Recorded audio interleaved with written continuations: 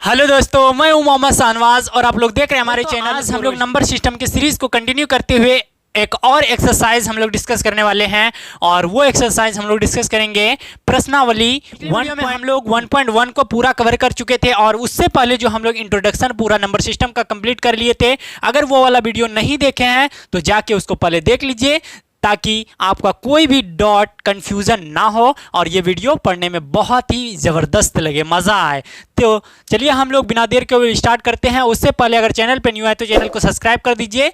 हम लोग क्वेश्चंस पहले देख लेते हैं। 4 क्वेश्चन एक्सरसाइज 1.2 में हैं और चारों को डिस्कस करने वाले हैं। उसके बाद हम लोग दूसरे लेक्चर में 1.3 करेंगे, उसके बाद 1.4, उसके बाद 1.5, उसके बाद 1.6 और कंप्लीट नंबर सिस्टम। उसके बाद दूसरा चैप्टर देखेंगे। तो फर्स्ट क्वेश्चन देखते हैं क्या है। फर्स्ट क्वेश्चन, सत्य है या असत्य, इसमें बताना है हम लोगों को। फर्स्ट क्वेश्चन में सत्य है या असत्य। तो फर्स्ट नंबर दिया हुआ है कि प्रत्येक अपरिमेय संख्या एक वास्तविक संख्या होती है। आपसे पूछा जा रहा है तो बताइए कि अपरिमेय और वास्तविक संख्या हम लोग पढ़ चुके हैं। तो अभी हम लोग पूरा डॉट क्लियर करने वाले हैं कि क्या चीज है ये। ठीक, तो यहां पे सॉल्यूशन देखते हैं। सॉल्यूशन, फर्स्ट नंबर का सॉल्यूशन देखते हैं। फर्स्ट का फर्स्ट और इनमें कारण भी हम लोगों को बताना है। क्यों आखिर है, सत्य तो क्यों है, असत्य है तो क्यों है, ठीक बताना हमको। तो सबसे पहली बात है कि क्या बोल रहा है कि सभी अपरिमेय संख्या एक वास्तविक संख्या होती है। इस टाइप का हम लोग पिछले वीडियो में प्रश्नावली 1.1 पे याद दिलाना चाहता हूं कि वहां पढ़े थे प्रत्येक कोई भी संख्या इंटीजर पूर्ण संख्या होती है, प्रत्येक और भी था परिमेय संख्या पूर्ण संख्या होती है। इसी तरह का था। यहाँ थोड़ा सा स्टैंडर्ड आ गया है वास्तविक संख्या अपरिमेय संख्या। तो सबसे पहले हम लोग जानते हैं कि अपरिमेय संख्या क्या है और साथ साथ आप लोग भी लिखते चलिएगा, ठीक। अपरिमेय संख्या, अपरिमेय संख्या बताइए आप लोग क्या होता है। अपरिमेय संख्या वैसी संख्या को बोलते हैं जो पी वाई क्यू के रूप में नहीं रहता है और वो रूट के रूप में रहता है और उसका पूर्ण वर्गमूल नहीं रहता, उसी को बोलते हैं अपरिमेय संख्या। और वास्तविक संख्या किसको बोलते हैं, वास्तविक संख्या, वास्तविक हम लोग पिछले वीडियो में इंट्रोडक्शन में इसका जिक्र रियल नंबर का नहीं किए थे, तो इसको जान लीजिए कि वास्तविक संख्या क्या होता है। ठीक, वास्तविक संख्या वैसी संख्या को बोला जाता है जो परिमेय और अपरिमेय से मिलकर बना होता है, उसको रियल नंबर बोला जाता है। Means real number equal to होता है, यानी परिमेय संख्या क्यू यूनियन मतलब होता है, इसका मतलब होता है जोड़, और क्यू बार मतलब होता है अपरिमेय संख्या। यानी रियल नंबर जो है परिमेय संख्या और अपरिमेय संख्या दोनों का संयोग होता है उसमें। ठीक, तो आप बताइए कि अपरिमेय संख्या है, बोल रहा है कि प्रत्येक अपरिमेय संख्या, सभी अपरिमेय संख्या वास्तविक संख्या होती है। तो अपरिमेय संख्या जो भी चीज होगा, मान लीजिए कि 1 2 3 5 नहीं सॉरी मान लीजिए कि होगा √7 √11 √3, ये सब अपरिमेय संख्या हम लोग मान लिए। ठीक, अब बताइए कि वास्तविक संख्या में परिमेय और अपरिमेय दोनों है, तो अपरिमेय जितना भी होगा ये सब भी तो होगा उसमें। समझ रहे हैं ना कि अपरिमेय संख्या जितना भी ये चीज होगा, वास्तविक संख्या जब बोल रहे हैं कि परिमेय और अपरिमेय दोनों होगा तो क्या होगा कि अपरिमेय संख्या भी जितना होगा एग्जाम्पल में वो भी तो इसमें होगा ना। तो इसीलिए ये क्या होगा, सत्य होगा। ठीक, ये क्या होगा, सत्य होगा, सत्य है। अब सत्य क्यों है, क्योंकि अपरिमेय संख्या वास्तविक संख्या में भी होती है। क्या लिखेंगे हम लोग, अपरिमेय संख्या, वास्तविक संख्याओं में अपरिमेय संख्या भी होती है, क्योंकि वास्तविक संख्या में, क्योंकि वास्तविक संख्या में अपरिमेय संख्या भी होती है, अपरिमेय संख्या भी होती है। समझ गए।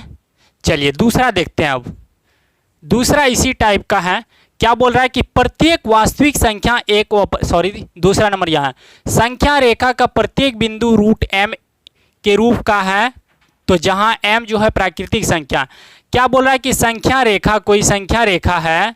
संख्या रेखा कहने का मतलब तो माइंड में एक चीज खटक जाता है कि बीच में 0 होगा और इस साइड राइट साइड जाएंगे इधर, तो यहाँ 1 से शुरू होगा, 2 3 इस तरह चलते रहेगा। जब लेफ्ट साइड आएंगे तो -1 -2 इस तरह चलते रहेगा। ठीक, तो बताइए कि इसमें ये धनात्मक वाली बात है, इधर जाएंगे तो धनात्मक, इधर जाएंगे तो धनात्मक और इधर आएंगे तो क्या होगा ऋणात्मक, इधर आएंगे तो ऋणात्मक वाली बात। तो यहाँ कहने का मतलब है कि संख्या रेखा का प्रत्येक बिंदु रूट m के रूप का होता है। क्या बोल रहा है कि संख्या रेखा पर जितने भी ये चीज होगा रूट m के रूप का होता है। ये जरूरी है क्या? ये जरूरी नहीं है। आपका मान लेते हम संख्या रेखा पर प्रत्येक बिंदु रूट m के रूप का होता है, जहाँ m क्या है, एक प्राकृत संख्या है। m अगर प्राकृत संख्या लेंगे हम लोग, प्राकृत संख्या क्या होता है 1 2 3 4 5 6 7 8 एंड सो ऑन चलते रहता है। ठीक, रूट m को अगर मान लीजिए फॉर एग्जाम्पल के तौर पर यहाँ पे लेते हैं, ठीक, एग्जाम्पल के तौर पर यहाँ इस जगह लिए, तो बताइए कि इधर टाइप का ये सब तो हो सकता है, ये सब तो हो सकता है, लेकिन जब हम लोग ऋणात्मक साइड आएंगे तो ये तो अब फंस गए हम लोग। बोल रहा है कि संख्या रेखा पर सब बोल रहा है कि रूट m के रूप में होता है, तो ये सब इधर धनात्मक साइड गए तो हम लोग उसके साइड में हो सकता है, लेकिन जब ऋणात्मक के साइड की तरफ आएंगे हम लोग तो रूट में माइनस नहीं होता है। ठीक, तो यहाँ पे ये फ्लॉप कर चुका है, असत्य हो जाएगा। क्या हो जाएगा? असत्य। समझे? अब क्यों असत्य है? संख्या रेखा पर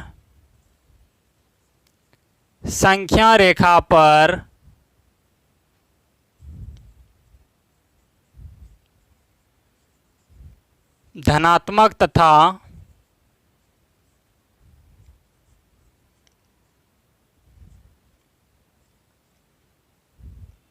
ऋणात्मक संख्या होती है।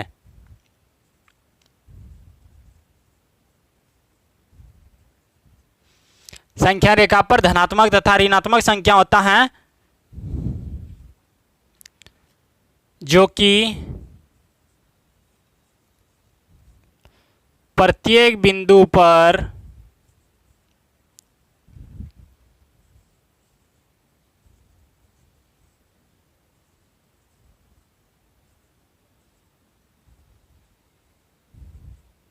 वर्गमूल हो, यह संभव नहीं है। ठीक, समझ लिए? अब लास्ट वाली बात आती है, उसको मिटाते हैं। इसको लिख लीजिए, आप इसको लिख लीजिए और मिटाते हैं हम। ऊपर का मिटा देते हैं, उसके बाद लिखते हैं या तीसरा नंबर। ठीक, तीसरा नंबर क्या है? प्रत्येक वास्तविक संख्या एक अपरिमेय संख्या होता है। अभी क्या बताए कि वास्तविक संख्या क्या होता है? वास्तविक संख्या हम लोग पढ़े कि परिमेय और अपरिमेय का योग जिसमें होता है उसे वास्तविक संख्या कहते हैं। रेशनल यूनियन इरेशनल नंबर, ठीक, वास्तविक संख्या बोलते हैं। अब बोल रहा है कि अपरिमेय संख्या अपरिमेय ना बोल रहा है, अपरिमेय संख्या होती है।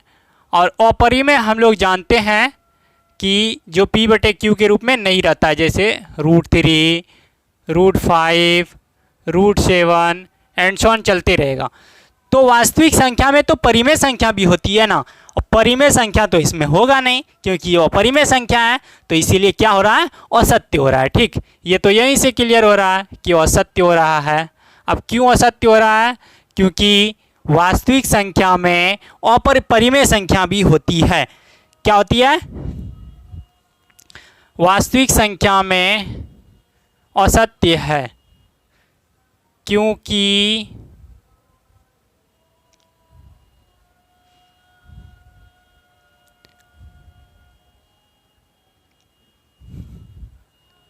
वास्तविक संख्या में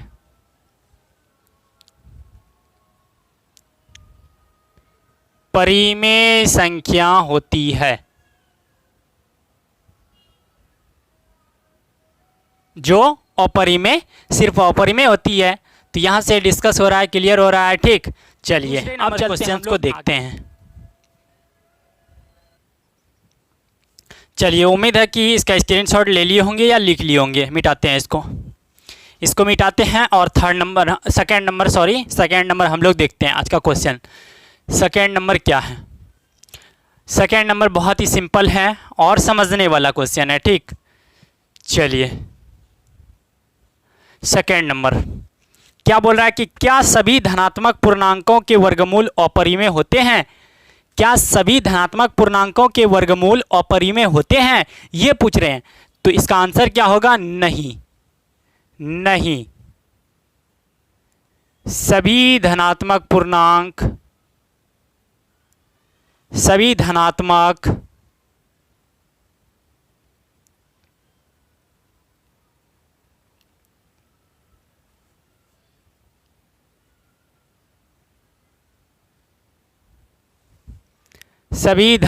पूर्णांकों के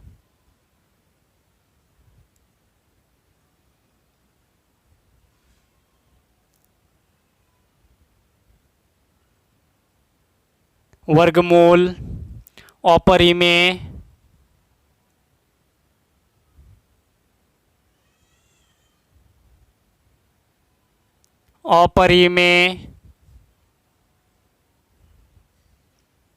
नहीं होते हैं। अब ये चीज़ तो हम बोल दिए कि सभी धनात्मक पूर्णांक के वर्गमूल अपरिमेय नहीं होते हैं, ये चीज़ हम बोल दिए। लेकिन आगे और चीज़ इसमें है, ठीक।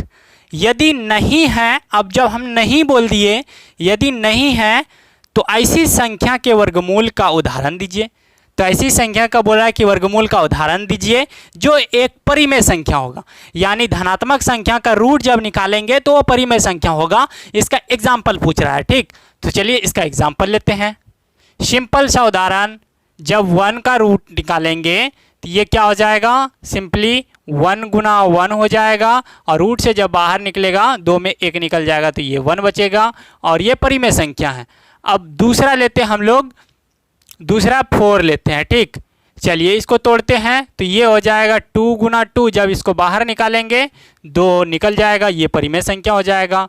अब लेते हैं 9, इससे जब रूट से निकालेंगे तो ये हो जाएगा 3 गुना 3, ये हो जाएगा 1, जब रूट से निकलेगा तो 1 3 हो जाएगा, एंड सो ऑन चलते रहेगा, ठीक। तो ये सब जो आया, ये सब क्या आया? परिमेय संख्या आया। तो वही बात है कि बोल रहा था कि सभी धनात्मक संख्या पूर्णांक अपरिमेय संख्या होता है। लेकिन देखिए यहाँ ये सब भी तो धनात्मक संख्या है, जब इसका वर्गमूल हम लोग निकाले तो क्या निकला? परिमेय संख्या निकला। बात क्लियर? सब डॉट क्लियर? चलिए ये है दूसरा नंबर। अब तीसरा नंबर हम लोग देखते हैं, संख्या रेखा वाला है, ठीक।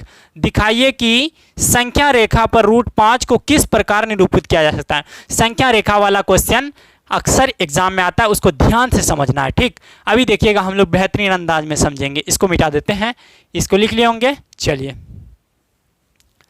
इसको मिटा देते हैं और उसके बाद हम लोग, ये बड़ी इंपॉर्टेंट है, तीसरा नंबर बड़ी इंपॉर्टेंट है, इसमें स्टार मार्क लगा लीजिए, ठीक, तीसरे नंबर में। चलिए तीसरा नंबर क्या है? इसके लिए सबसे पहले आपको 3 चीज लेनी है। कॉपी में जब भी बनाइएगा 3 चीज लेनी है। पहला चीज लेना है क्या? इंच लेना है। क्या लेना है? इंची जिसको बोलते हैं, ठीक। और दूसरा चीज लेना है, उसको बोलाता है सुई, यानी 1.5 सुई जिसको बोलाता है। और तीसरा लेना है चांद लेना है। क्या लेना है? चांद लेना है। चलिए इंच ले लेते हैं हम भी।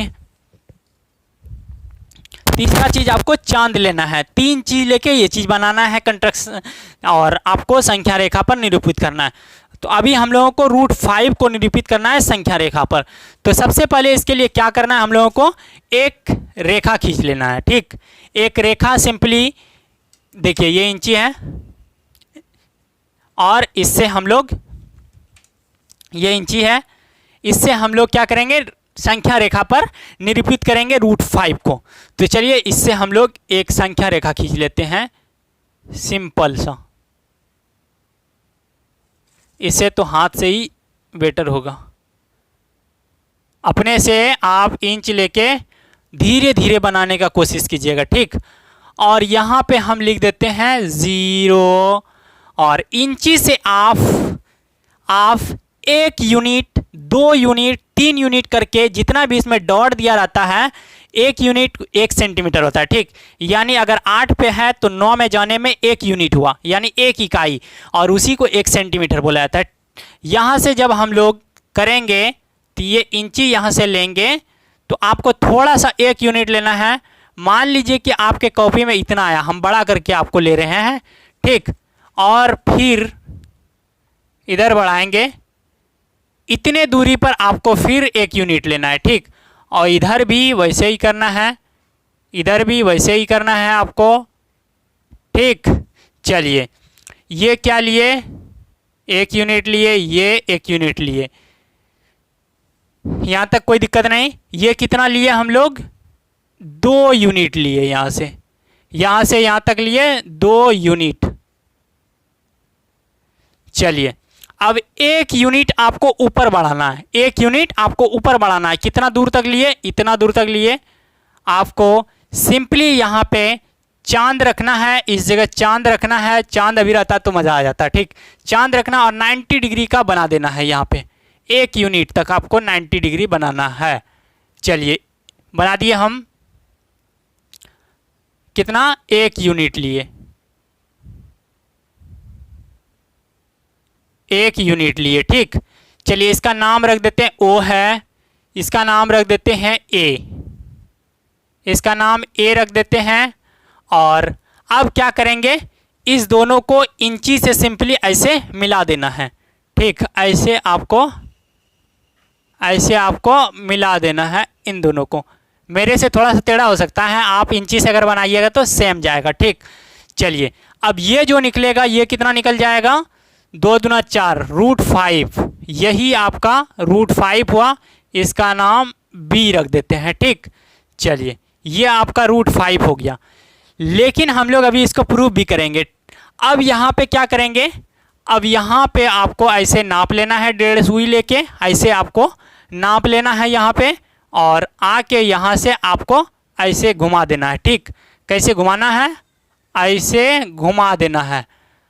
ऐसे जैसे घुमाइएगा तो ये पॉइंट जो है आपका यहाँ पे चाप निकल जाएगा, ठीक। यानी ये सर्कल के जैसा आपका चाप खिंचाएगा, और इसका नाम रख देना है C, आपको रख देना है। अब यहाँ से ये जो हो गया, ये √5 ही हो गया। कितना हो गया, √5 ही हो गया। अब यहाँ से क्या बात बनती है हम लोगों की, √5 क्या थी, OB इक्वल टू कितना हो जाएगा, OC इक्वल टू √5 मेरा निकल गया।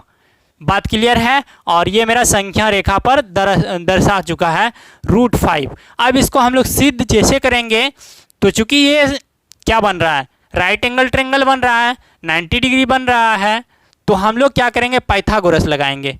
पाइथागोरस त्रिक से, पाइथागोरस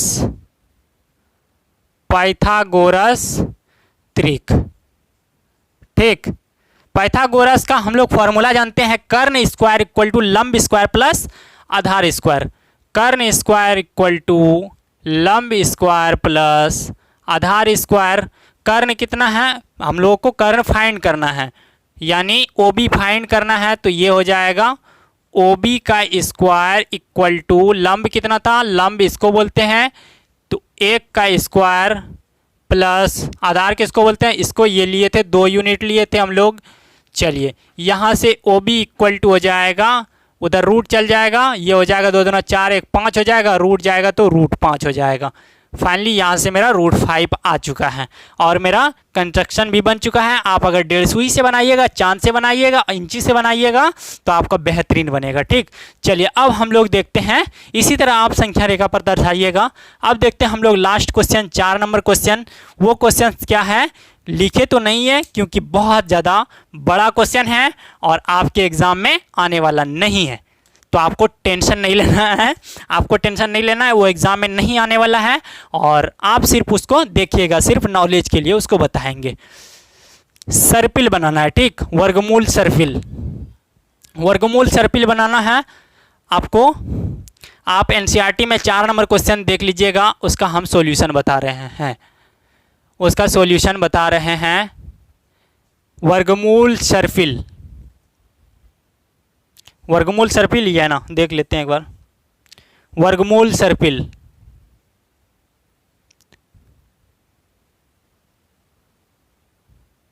वर्गमूल सर्पिल, ये एग्जाम में नहीं आएगा, इससे पहले वाला एग्जाम में आएगा। ठीक, चलिए वर्गमूल सर्पिल हम लोगों को फाइंड करना है। तो इसके लिए क्या करेंगे, 1 यूनिट आपको इधर बढ़ा लेना है। 1 यूनिट आपको इधर बढ़ा लेना है। आपके 1 यूनिट किसको बोलते हैं बता दिए, 1 सेंटीमीटर। इंची में जो होगा, जैसे 1 से 2 तक जाएंगे 1 सेंटीमीटर हुआ, 1 यूनिट इसको बोलते हैं। चलिए इसका नाम रख देते हैं O, इसका नाम रख देते हैं P, रख दिए। अब क्या करना है, यहाँ पे 90 डिग्री का कोण बनाना है। तो यहाँ से 1 यूनिट फिर ऊपर जाएंगे, ऊपर गए, इसका नाम रख देना है P1, और ये 1 यूनिट लिए हैं, 1 यूनिट लिए हैं, और ये भी 1 यूनिट लिए हैं। ठीक, ये भी 1 यूनिट लिए हैं। अब क्या करना है, इन दोनों को मिला देना है। सॉरी, थोड़ा सा मिस्टेक हो गया। इन दोनों को यहाँ से मिला देना है। उसके बाद फिर इस जगह 90 डिग्री बनाना है। तो किधर जाएंगे, इधर जाएंगे, और ये 1 हो गया, ये 2 हो गया, तो ये कितना, ये 1 हो गया, ये 1 हो गया, ये कितना हो जाएगा, √2 हो जाएगा। कर्ण स्क्वायर निकालेंगे तो, कर्ण स्क्वायर निकालेंगे तो √2 हो जाएगा। तो यहाँ से लिखते भी जाना है, OP1 कितना हो गया, √2।